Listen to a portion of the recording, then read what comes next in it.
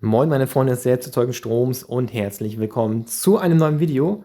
Heute mit dem Thema Reports. Ich zeige euch einmal die Reports, die ihr euch in der Indevolt App entsprechend anzeigen lassen könnt, beziehungsweise Reports meine ich natürlich Statistiken.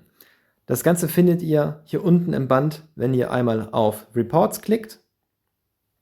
Da haben wir dann die Möglichkeit, uns erstmal vom Tag, von der Woche, vom Monat oder von einem ganzen Jahr die Statistiken anzugucken.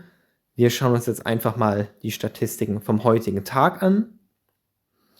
Und dann haben wir hier die Möglichkeit, verschiedene Werte durchzuschalten. Overview heißt also, wir können uns alles anschauen.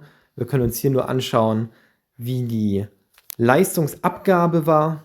Wir können uns anschauen, wie die Solarproduktion heute war, dann der entsprechende Akkustand, wie viel wurde geladen in den Akku, wie viel wurde entladen und natürlich der Batteriestand des Akkus. Und wir können uns hier entsprechend Ladestatistiken bzw. Ladeexport für die Stromnetzseite anschauen. Wenn wir uns nochmal in den Overview entsprechend begeben, können wir das Ganze dann hier entsprechend zusammengefasst sehen. Also statt die ganzen einzelnen Graphen können wir hier mit unterschiedlichen Farben uns die Werte anschauen. Wir können uns das Ganze hier auch einen Ticken größer machen, damit man das Ganze vielleicht etwas besser sehen kann. Wenn ihr einen Stromtarif konfiguriert habt, dann können wir uns hier den Impact angucken. In meinem Fall habe ich keinen richtigen Stromtarif konfiguriert, sondern ja, ich teste einfach gerade mal ein bisschen mit dynamischen Stromtarifen, die ich nicht wirklich habe. Wie gesagt, das ist rein statistisch gesehen, um zu sehen, was ich hier sparen könnte. Hier unten können wir uns noch den Umweltaspekt angucken.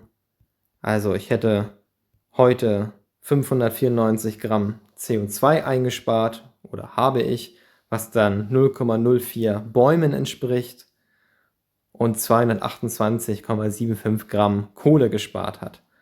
Ja, ist ein nettes Gimmick, ist natürlich nicht wirklich notwendig und ich kann euch auch nicht sagen, auf welcher Basis das basiert, aber doch, ist doch schon schön zu sehen, finde ich. Diese Statistiken so in der Form könnt ihr euch auch anders anzeigen lassen. Dazu müsst ihr hier oben rechts auf diese Schieberegler und wir können uns dann hier eine erweiterte Ansicht anschauen. Meiner Meinung nach finde ich diese erweiterte Ansicht nicht so schön.